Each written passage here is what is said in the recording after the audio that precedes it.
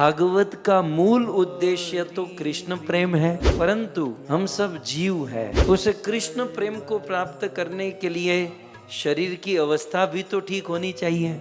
इसलिए भागवत का मूल उद्देश्य कृष्ण प्रेम है, लेकिन फिर भी भागवत में और भी बहुत सारे फल, जिसे आनुषंगिक फल कह सकते हैं, हमारी इंग्लिश भाषा में जिसे सेकेंडरी फल कह सकते हैं। हमारा प्राइमरी गोल, प्राइमरी लक्ष्य, प्राइमरी फल तो कृष्ण प्रेम है, लेकिन उसके साथ साथ सेकेंडरी गोल जो है वो श्रीमद् भागवत के अलग अलग प्रसंग कुछ अलग अलग फल प्रदान करते हैं। तो हम इस कथा में श्रीमद् भागवत का कौन सा प्रसंग क्या फल प्रदान करता है यह श्रवण करेंगे।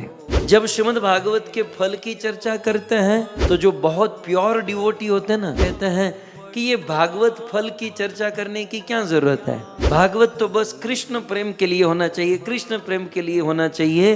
उन लोगों को मेरा प्रश्न है कि यदि भागवत कृष्ण प्रेम के लिए ही होता तो फिर शुकदेव गोस्वामी महाराज ने भागवत में ये अन्य फलों का वर्णन क्यों किया। श्रीमद् भागवत में शुकदेव ने ही कहा ना कि यदि कोई ध्रुव चरित्र सुनता है तो उसकी आयुष्य दीर्घ होती है।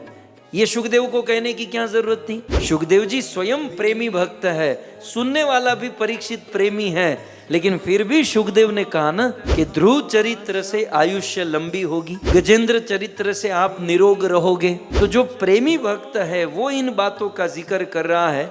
इसका अर्थ यह है कि यह गौण फल का उद्देश्य यदि भगवत भक्ति, भगवत सेवा, भगवत साधना है, तब ये गौण फल भी शुद्ध भक्ति के अंतर्गत आते हैं। तो हम सब श्रीमद् भागवत के इन फलों की चर्चा करेंगे, कौन से चरित्र से क्या फल प्राप्त होता है, ताकि आप भी, अब आप तो दुनिया में रहते हो, अपने लिए या दूसरों के लिए, हम लोग भी डॉक्टर से कम नहीं है। डॉक्टर क्या होता है, कोई डॉक्टर के पास प्रॉब्लम लेकर जाता है तो वो दवाई देता है। तो भागवत एक फार्मेसी है, और आपके पास कोई प्रॉब्लम लेकर आया तो भागवत रूपी फार्मेसी से आपको ये प्रसंग सुनाना है कि इस प्रसंग से ये फल मिलता है, इस प्रसंग से ये फल मिलता है। तो ये सारे फलों की चर्चा हम लोग करेंगे इस भागवत कथा के दौरान।